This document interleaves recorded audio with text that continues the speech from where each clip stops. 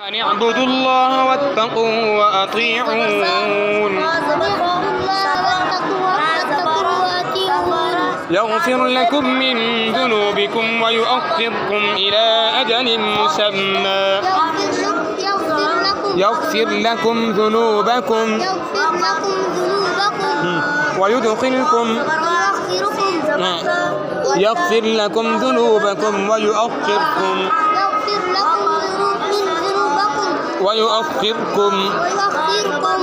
إلى أجل مسمى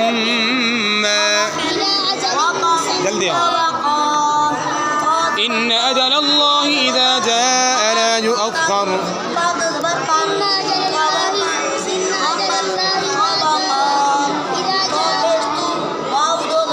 إذا جاء لا يؤخر لو كنتم تعلمون